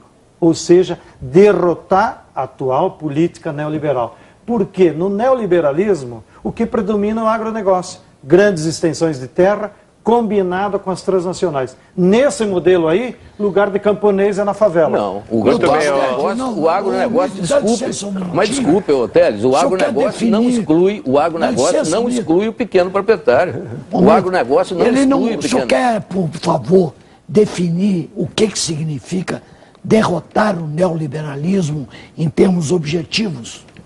Precisa fazer grandes mobilizações de massa no Brasil, que digam o Brasil precisa de um projeto de desenvolvimento nacional, mudar a política econômica atual. Então o senhor está falando em fazer uma revolução. Não estou falando revolução, estou falando mudar o modelo econômico atual do país. O atual modelo econômico é um modelo que só interessa às empresas transnacionais e a alguns capachos brasileiros que ganham dinheiro nesse modelo. Mas quem mais ganha dinheiro são os bancos e as empresas transnacionais. É possível, nos moldes do capitalismo, se é isso que você quer perguntar, nós termos um projeto de desenvolvimento nacional que priorize o mercado interno, que priorize a distribuição de renda, que priorize uma política de emprego pleno para os brasileiros, que estanque o envio de dinheiro para o exterior e faça com que a economia brasileira, em vez de funcionar para a exportação e para os bancos, como é agora, funcione para as necessidades do povo. Mas, senhor isso que nós queremos. O senhor condena o agronegócio, o senhor parece condenar o agronegócio. Claro, fica nos provocando com isso. É que todos os recursos do MST são descentralizados, não tem uma caixa, como todo mundo fica imaginando. Então, não tem um orçamento. Não tem orçamento. Então, vamos supor, quando um grupo lá do Paraná resolve... Não tem um orçamento, uma transparência nisso aí? Não tem orçamento porque não tem caixa. Então, quando um grupo lá do Paraná resolve parar um pedágio, como é que esses companheiros se mobilizam e vão até o pedágio? Eles não pedem dinheiro para ninguém. Quando eles planejam essa ação, entre eles fazem uma vaquinha, nós temos que fretar o ônibus, tal, ou vão caminhando e vão lá. Ou seja, não existe... Mas nenhuma verba, Estélio, não tem nenhuma verba do governo para o MST? Não tem verba pública para o MST. Agora vou para o outro lado. E de ONGs laterais, não teria? Tem ajudas de entidades do exterior para projetos específicos. Por exemplo... ONGs alemãs, por exemplo. ONGs alemãs, por exemplo. Igrejas. Igrejas. A igreja alemã nos ajudou a construir a nossa escola nacional aqui em Guararema. Está lá. E isso nós prestamos conta para o Banco Central. O dinheiro vem pelo Banco Central, não há problema nenhum. Mas isso não é ajudar o MST como mobilização, é construção de uma escola. Tem uma outra ONG da Noruega que ajuda a pagar os nossos advogados. E o dinheiro vai direto para essa atividade. E por que essa generosidade norueguense? Porque eles percebem que a luta do MST é justa e nós estamos cansados, agora vou dar uma de megalomaníaco, de receber prêmios no exterior pelo caráter de justiça do nosso movimento. Agora eu vou no tema do dinheiro público. Não é público. Justo imaginar que haja um interesse ou da Noruega ou da Alemanha específico embutido nessa generosidade, não? As entidades que nos ajudam são entidades de esquerda, gente progressista. Parem de ficar com essas paranoias que é de interesses internacionais. Mas e o dinheiro público, Estélio? Agora volta ao dinheiro público. O que acontece com o dinheiro público? Durante o governo Fernando Henrique Cardoso, como eu denunciei antes, eles acabaram com o setor público agrícola, com uma lei do neoliberalismo. Estado não pode se meter nada. Bem, aí já no governo Fernando Henrique, para suprir aquelas necessidades de pequenos agricultores e dos assentados, tudo eles terceirizavam. Então não tem mais agrônomo, funcionário público, não tem mais Embrater. Então, para dar assistência técnica, tem que ter uma ONG que pega dinheiro do INCRA e do MDA e daí contrata os agrônomos. Bom, evidentemente que é lá no assentamento, eles têm que fundar uma entidade, uma ESCA da vida qualquer. Aí essa ESCA recebe dinheiro público, para quê? Para contratar agrônomo. Nós somos contra. Nós queremos que os agrônomos sejam da Emater e que o serviço público de assistência técnica. Mas não tem, então nós nos obrigamos a que essas não são um crime, como são um direito de manifestação desses trabalhadores. Pelo que o senhor disse, movimento social. Mas nós estamos falando em invasão de propriedade, por exemplo. Era o que se tratava, era um processo em que o movimento havia ocupado um latifúndio. Então, essa sentença gerou jurisprudência. É por isso, até para o telespectador saber, que nenhum juiz pode decretar prisão quando as massas ocupam algum lugar para protestar, porque isso é direito de manifestação. Se não fosse essa sentença do Cernicchiaro, os juízes lá a nível local poderiam pedir a prisão de todos nós. Então, é legal, por uma jurisprudência da maior corte do Brasil, que o povo brasileiro tem direito a se manifestar contra uma injustiça, ocupando prédio público ou uma fazenda, sempre quando essa ocupação for para denunciar e exigir a aplicação da lei. Isso faz parte do texto legal ou é o parecer de um determinado juiz ou desembargador que o senhor está interpretando como a palavra final que define a legalidade de um ato? Não é bem a minha praia, mas nesse caso que eu me referi, é uma sentença em última instância da maior corte do Brasil, que é o Superior Tribunal de Justiça. Então, segundo os advogados, quando a corte dá uma sentença judicial, ela se transforma em jurisprudência para outros casos similares. É isso, por isso que a sentença do então desembargador Cernicchiaro, que hoje é aposentado, adquiriu tamanha relevância, porque ela é a base para as decisões dos outros juízes. Mas eu quero dar mais um exemplo para vocês entenderem como é. A Vale do Rio Doce e a Camargo Corrêa estão construindo uma hidrelétrica em Estreito, no Rio Tocantins. Não tem impacto ambiental, não respeitaram o planejamento para... Tem impacto ou não tem? Imagina tu fazer uma barragem no Rio Tocantins. Vai desalojar 18 mil pessoas, entre eles 3 reservas indígenas, 3 assentamentos do MST que estão lá há 10 anos, até fazendeiros vão perder a terra. Não tem impacto nenhum, tem uma ação movida pelo Ministério Público Federal. Está lá para o juiz de Imperatriz. Atenção, aproveita. Atenção, senhor juiz federal de Imperatriz, está na hora de julgar, né? Está sentado em cima de um processo movido pelo Ministério Público Federal, exigindo um plano de impacto ambiental da hidroelétrica de Estreito. Bem, essas populações que vão ser desalojadas, ninguém foi lá falar com eles, não sabe para onde vão, estão lá há anos, no caso dos índios, há milhares de anos, no caso dos nossos assentamentos, há 10 anos. Evidentemente que essas populações não precisam esperar por ninguém. Elas ocuparam o canteiro de obras, formas de você resolver o problema dos pobres no Brasil, se não mudar o atual modelo. Na política, o que tem aí é uma hipocrisia. Nós precisamos construir um regime político de verdadeira democracia participativa. Nós, junto com outras ONGs, entidades, com as igrejas, com a OAB, estamos discutindo um projeto de reforma política, assessorado pelo nosso grande jurista Fábio Comparato, porque nós precisamos mudar as regras dessa falsa democracia que há no Brasil. Mas que democracia verdadeira há no mundo que te agrade? Não precisa ficar comparando com os outros países. Só como referência. Não. Cada país constrói o seu próprio regime de acordo com a correlação de forças das classes sociais que tem no seu país. É uma besteira ficar se comparando. Não, vocês querem ser igual a Cuba, vocês querem ser igual a Venezuela.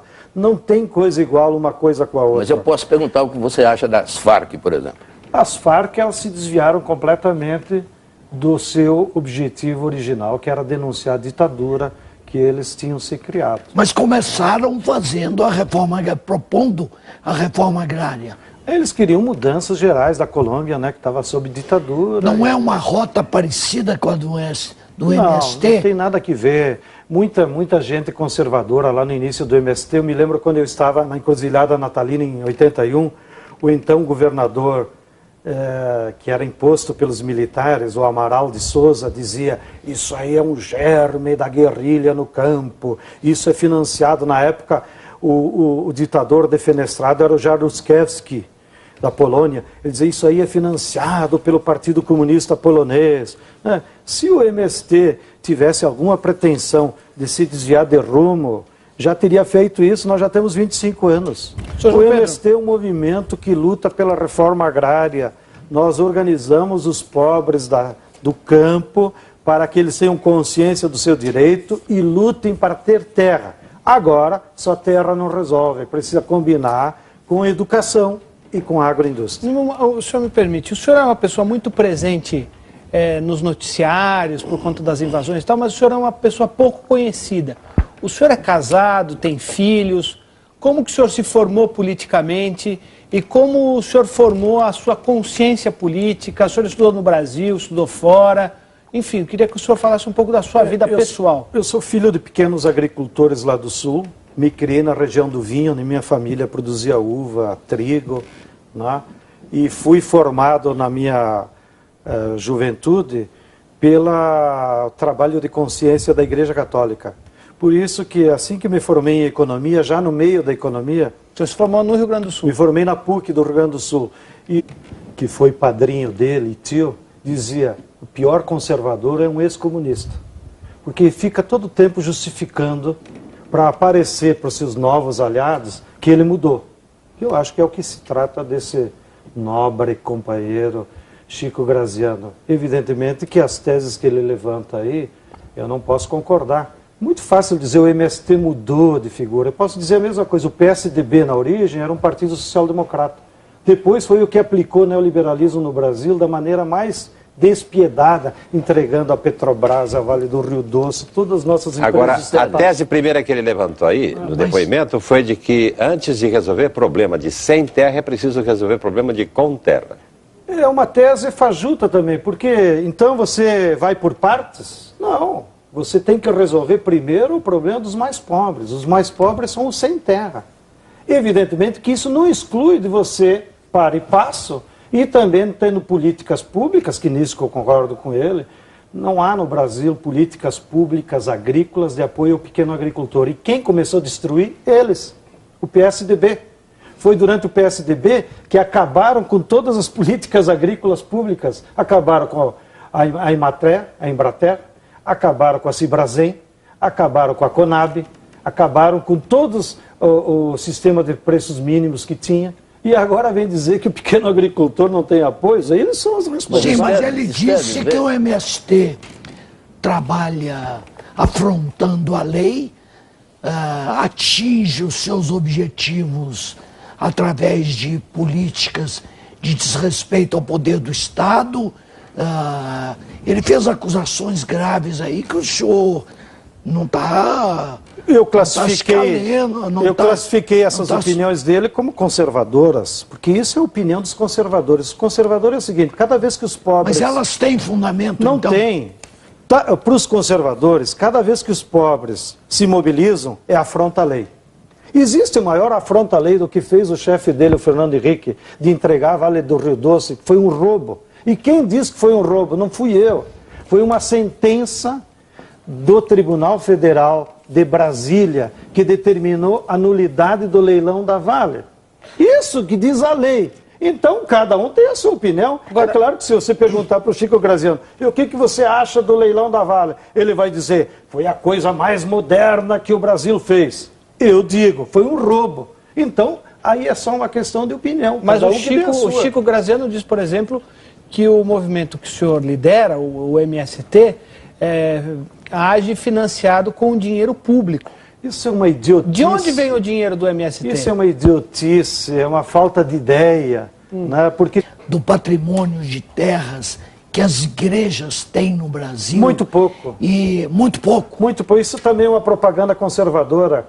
Aparece lá no IBGE que as igrejas têm uns 300 mil hectares, mas está dividido nas áreas de cemitério, de tal... Parece que só uma diocese do Piauí é que tem 14 mil hectares, que um daqueles fazendeiros deu para o santo, né, de herança, daí fica para ele. A igreja, se alguém quiser falar mal da igreja, a igreja no Brasil não foi como na Europa, que de origem feudal acumulava patrimônio em terras. A igreja no Brasil acumulou seu patrimônio em colégios. Né? Então, se alguém quiser falar mal da igreja, ataque o sistema de ensino privado. Mas a igreja no Brasil não tem terras. Então, quem esses tem terra no Brasil são as transnacionais. Esses números do IBGE são falsos. Não, eles existem, mas é só 300 mil hectares, ou seja, é uma merreca. A igreja, esses 300 mil hectares são divididos em 1 hectare aqui, outro hectare em tal paróquia, e com raras exceções, como eu disse, uma que outra diocese tem uma fazenda que recebeu de herança de algum fazendeiro, que ao morrer deixou para um santo. Daí, pela legislação brasileira, se o fazendeiro deixa no seu testamento que eu quero deixar para Santo Antônio, os juízes transferem essa propriedade para a igreja. Mas isso são raros casos, dioceses que tenham fazendas. No mundo dos sonhos do MST, como fica a liberdade de imprensa? No sentido da liberdade tal como nós temos hoje. O senhor acha que ela é adequada, não? Me desculpe, mas hoje nós não temos liberdade de imprensa. Então, como que funcionaria? Hoje o que nós temos é 7 grupos, faz e desfaz e diz o que querem. Né? Então, como a seria? Globo vive mentindo na televisão e ninguém tem o direito de rebater. Quantas vezes eles me chamaram de tudo quanto é nome e me dão o direito de defesa? Eles não deram direito. Nunca deram. O senhor nunca foi Nunca deram. Né? A Veja a mesma coisa, nós entramos com processo várias vezes, para ver se a justiça dá o direito de responder, porque eles te chamam de qualquer coisa e vira a verdade deles. O Brasil precisa de uma ampla reforma nos meios de comunicação que garanta aqui não só quem tem poder econômico, mas que os sindicatos, as entidades, qualquer associação possa botar seu jornal, sua televisão, para que a população... O senhor tem um exemplo de algum país que fez isso, que o senhor considera adequado? É muito difícil, porque hoje no neoliberalismo a imprensa está combinada com o poder econômico. Sim, mas fora do neoliberalismo, algum regime, algum partido fez? Infelizmente, nós não temos nenhum exemplo positivo hoje. Mas isso não significa que seja o melhor. Mas o senhor não é a favor, por exemplo, de partido único, de uma imprensa ditada pelo Estado? Não sei de onde tu tirou essas ideias. Não, estou perguntando para o senhor. Imagina, quanto mais liberté, a Embrater, acabaram com a Cibrazen, acabaram com a Conab, acabaram com todos o sistema de preços mínimos que tinha, e agora vem dizer que o pequeno agricultor não tem apoio. Aí eles são os responsáveis. Sim, mas ele disse que o MST trabalha afrontando a lei, atinge os seus objetivos através de políticas de desrespeito ao poder do Estado. Ele fez acusações graves aí que o senhor não está... Eu classifiquei essas opiniões dele como conservadoras, porque isso é a opinião dos conservadores. Os conservadores é o seguinte, cada vez que os pobres... Mas elas têm fundamento, não então? Não tem. Para os conservadores, cada vez que os pobres se mobilizam, é afronta à lei. Existe maior afronta à lei do que fez o chefe dele, o Fernando Henrique, de entregar a Vale do Rio Doce, que foi um roubo. E quem disse que foi um roubo? Não fui eu. Foi uma sentença do Tribunal Federal de Brasília que determinou a nulidade do leilão da Vale. Isso que diz a lei. Então, cada um tem a sua opinião. Agora, é claro que se você perguntar para o Chico Graziano, o que você acha do leilão da Vale? Ele vai dizer, foi a coisa mais moderna que o Brasil fez. Eu digo, foi um roubo. Então, aí é só uma questão de opinião. Mas o Chico Graziano diz, por exemplo, que o movimento que o senhor lidera, o MST, age financiado com dinheiro público. Isso é uma idiotice. De onde vem o dinheiro do MST? Isso é uma idiotice, é uma falta de ideia. Né? Porque também... Os senhores não recebem dinheiro público? Eu vou explicar. Vamos lá. Como acontece. Primeiro, todas as ações de massa do MST são financiadas pelos seus próprios membros. Mas eles têm dinheiro? Ué, são assentados, as pessoas têm recursos. Quando... Os assentados pagam uma porcentagem? Não é que pagam, eu vou explicar como é que é. O segredo nosso, que nenhum conservador quer entender, é que todas as finanças do MST... Mas como nós não somos conservadores... Não, eu estou explicando para quem fica nos provocando com isso. É que todos os recursos do MST são descentralizados, não tem uma caixa, como todo mundo fica imaginando. Então, não tem um orçamento. Não tem orçamento. Então, vamos supor... Quando um grupo lá do Paraná resolve... Não tem um orçamento, uma transparência nisso aí? Não tem orçamento porque não tem caixa. Então, quando um grupo lá do Paraná resolve parar um pedágio, como é que esses companheiros se mobilizam e vão até o pedágio? Eles não pedem dinheiro para ninguém. Quando eles planejam essa ação, entre eles fazem uma vaquinha, nós temos que fretar o ônibus, tal, ou vão caminhando e vão lá. Ou seja, não existe... Mas nenhuma verba, Estélio, não tem nenhuma verba do governo para o MST? Não tem verba pública para o MST. Agora vou para o outro lado. E de ONGs laterais, não teria? Quadro do MST e de suas contestadas ou discutíveis formas de atuação. Cerca de 150 ações por todo o país. Mais de 40 agências bancárias e prédios públicos invadidos. Esse é o balanço do chamado Abril Vermelho do MST em 2008, quando o movimento lembra a morte de 19 trabalhadores rurais em Eldorado dos Carajás, no Pará, há 12 anos. Garimpeiros ligados ao movimento invadiram e bloquearam a estrada de ferro Carajás da mineradora Vale em Paraupebas, no Pará. A ferrovia permaneceu fechada durante 8 horas. Em nota, a mineradora responsabilizou o movimento pelo que chamou de um dia de crimes e terror no Pará. No mesmo dia, os sem terra invadiram 11 praças de pedágio no Paraná e liberaram as cancelas aos motoristas. As empresas que administram os pedágios alegam um prejuízo de R$500 mil. Em junho de 2006, uma das ações mais violentas. Cerca de 500 pessoas ligadas ao MLST, grupo dissidente do MST, transformaram a Câmara dos Deputados em uma praça de guerra. Nem mesmo os seguranças foram poupados. No total, 26 pessoas saíram feridas, uma delas em estado grave. Também em 2006, integrantes da Via Campesina invadiram e destruíram o laboratório da Aracruz Celulose, no Rio Grande do Sul. 37 pessoas foram indiciadas pela invasão. De acordo com a Aracruz, os prejuízos chegaram a $400 mil. Maior movimento social do país, o MST mobiliza hoje mais de 1 milhão de pessoas e mantém cerca de 150 mil famílias acampadas em 24 estados brasileiros. Historicamente ligado ao Partido dos Trabalhadores, o movimento vive um momento de rediscussão de suas bandeiras e faz uma dura crítica à atual política agrária do governo. Stedley, no campo e na cidade, o MST, além das propriedades rurais, ele invade instalações industriais, repartições públicas, laboratórios, campos experimentais, bloqueia ferrovias, bloqueia rodovias. Isso não estaria, digamos assim, subtraindo respeito público e prestígio político do movimento e da própria causa da reforma agrária?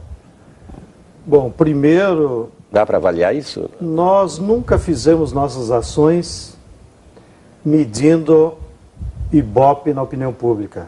Todas as nossas ações são decididas pelas populações locais em função das necessidades que temos de pressionar o governo ou as empresas para resolver problemas concretos.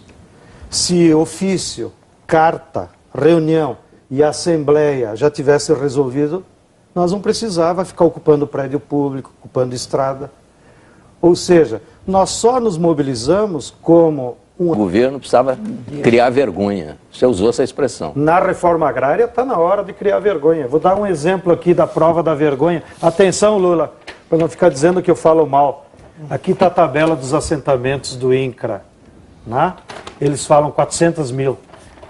A Superintendência de Santarém, que é para um município, aparece aqui como teria assentado 52 mil famílias. Acabou os agricultores do município, né? Você imagina Santarém ter assentado 52 mil famílias. Para mim, isso aqui é uma mentira vergonhosa. É nesse sentido que os puxa-saco do governo precisam explicar melhor que a reforma agrária está parada, que é preciso fazer um programa sério que resolva os problemas do campo. Porque problema social, se você não resolve, ele só vai se acumulando e uma hora dessa história. O senhor tem consciência do patrimônio de terras que as igrejas têm no Brasil? Muito pouco. Muito pouco? Muito pouco. Isso também é uma propaganda conservadora. Aparece lá no IBGE que as igrejas têm uns 300 mil hectares, mas está dividido nas áreas de cemitério, de tal. Parece que só uma diocese do Piauí é que tem 14 mil hectares, que um daqueles fazendeiros deu para o santo, né, de herança, daí fica para ele. A igreja, se alguém quiser falar mal da igreja, a igreja no Brasil não foi como na Europa, que de origem feudal acumulava patrimônio em terras. A igreja no Brasil acumulou seu patrimônio em colégios. Né? Então, se alguém quiser falar mal da igreja, ataque o sistema de ensino privado. Mas a igreja no Brasil não tem terras. Então, quem esses tem terra no Brasil são as transnacionais. Esses números do IBGE são falsos. Não, eles existem. Mas é só 300 mil hectares, ou seja, é uma merreca. A igreja, esses 300 mil hectares são divididos em 1 hectare aqui, outro hectare em tal paróquia, e com raras exceções, como eu disse, uma que outra diocese tem uma fazenda que recebeu de herança de algum fazendeiro, que ao morrer deixou para um santo. Daí, pela legislação brasileira, se o fazendeiro deixa no seu testamento que eu quero deixar para Santo Antônio, os juízes transferem essa propriedade para a igreja. Mas isso são raros casos, dioceses que tenham fazendas. No mundo dos sonhos do MST, como fica a liberdade de imprensa? No sentido da liberdade tal como nós temos hoje. O senhor acha que ela é adequada, não? Me desculpe, mas hoje nós não temos liberdade de imprensa. Então, como que funciona? Hoje o que nós temos é 7 grupos, faz e desfaz e diz o que querem. Né? Então, como a seria? Globo vive mentindo na televisão e ninguém tem o direito de rebater. Quantas vezes eles me chamaram de tudo quanto é nome e me dão o direito de defesa? Eles não deram direito. Nunca deram. O senhor nunca foi Nunca deram. Né? A Veja, meu... históricos mais importantes do Brasil, que resgatou a organização das pessoas menos protegidas do ponto de vista de direitos. Né? Mesmo a sindicalização getulista não abrangeu o pessoal do campo. Então é um movimento mais recente, mas que resgata não só para a cidadania, para os direitos, para a sobrevivência econômica e, além do mais, para a educação. O MST alfabetizou mais gente no campo do que todos os planos de movimentos de ministérios de educação no Brasil.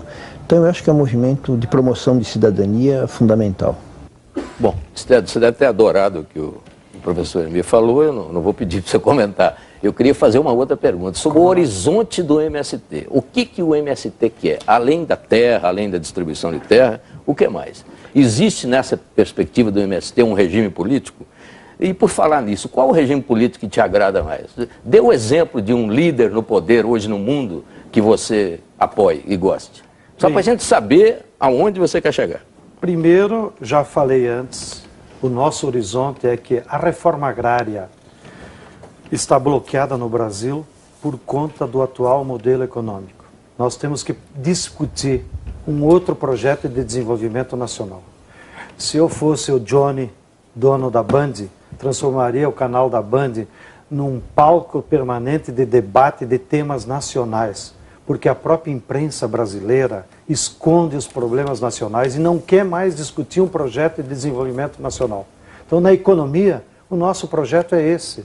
Não há formas de você resolver o problema dos pobres no Brasil se não mudar o atual modelo. Na política, o que tem aí é uma hipocrisia.